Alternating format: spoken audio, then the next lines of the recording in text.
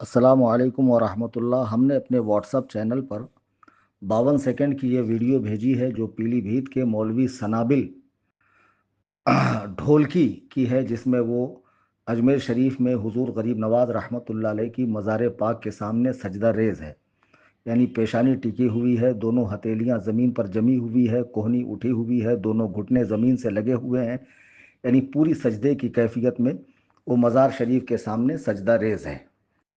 बात दरअसल ये है कि हिंदुस्तान में कम इल्मी के बिना पर बर्रे सग़ीर में मुसलमानों ने मज़ारात के साथ वो मामलात किए हैं जिसकी शरीयत में इजाज़त नहीं है।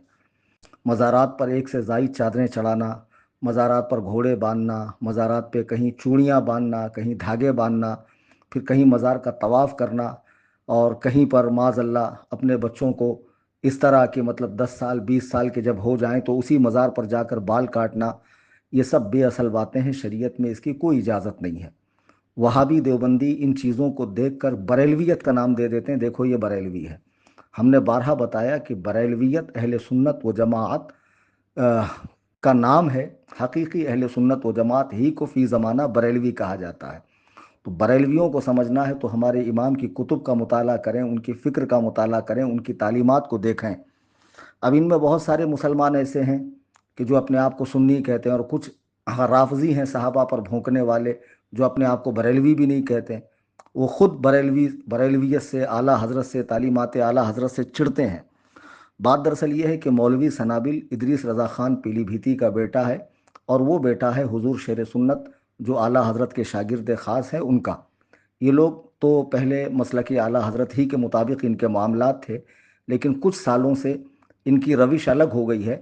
अब ये सिर्फ नाम की हद तक आला हज़रत को इस्तेमाल कर रहे हैं, और अपनी हर बुरे फ़ेल को, अपनी हर बदकारी को, बुरे काम को फ़तावा रज़विया की तरफ मंसूब करते हैं कि हमारा ये फ़ेल फ़तावा रज़विया से साबित है, हम मसलक आला हज़रत पर हैं।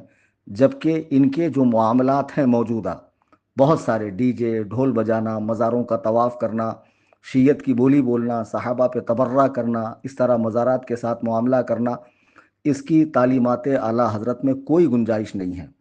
फ़तावा रज़विया शरीफ जो 30 जिल्दों में छपती है, उसकी 22वीं जिल्द है, उसमें एक रिसाला है अज़्ज़ुब्दतुज़्ज़किय्या, यानी साफ़ सुथरा मक्खन, साफ़ सुथरा खुलासा सजदे तहय्यत यानी सजदे तअब्बुदी के बारे में। सजदे की दो किस्में हैं, एक सजदे बंदगी जो किसी गैर खुदा को खुदा समझकर किया, इबादत समझकर किया, वो काफिर हुआ।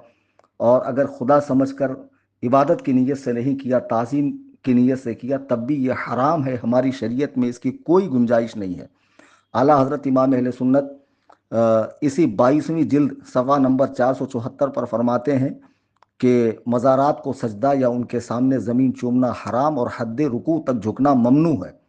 फिर सलाम के ताल्लुक़ से आला हज़रत इसी 22वीं जिल्द सफ़ा नंबर 472 पर फरमाते हैं, सलाम में रुकू के करीब तक झुकना भी मिसले सजदा है। फिर फरमाते हैं, न बोसा दे न झुके के दोनों मकरू है। फिर फरमाते हैं कि सलाम में न झुके कि बादशाह हो या कोई, किसी के लिए झुकने की इजाज़त नहीं, और एक वजह मुमानियत ये है कि वो यहूद व नसारा का फ़िल है। फिर आला हज़रत इमाम अहले सुन्नत रहमतुल्लाह अलैह हुजूर अनवर सल्लल्लाहु अलैहि वसल्लम के रोज़े की जब रोज़े पर हाज़िरी हो सरकार की मज़ार पाक पर, वहाँ के आदाब बताते हुए इरशाद फरमाते हैं कि हमें अल्लाह ताला दोबारा रोज़े अतहर की ज़ियारत नसीब फरमाए। फिर फरमाते हैं कि जब कोई रोज़े पर जाए सरकार की मज़ार अक़दस पे, जो कायनात में सबसे बड़ी मज़ार है, हुजूर के मज़ार से बढ़कर किसकी मज़ार हो सकती है, जो कुछ है सब हुजूर ही के तुफ़ैल है। तो आला हज़रत फरमाते वहाँ न दीवार करीम को हाथ लगाए, न चूमे, न उससे चिमटे, न तवाफ़ करे, न झुके, न ज़मीन चूमे, कि ये सब बिदअत क़बीहा हैं। जी हाँ, आला हज़रत वहाँ के ताल्लुक़ से फरमा रहे हैं कि ये सब बिदअत क़बीहा हैं। अब मुझे बताइए कि इसकी इजाज़त और जगहों पर कैसे दी जा सकती है।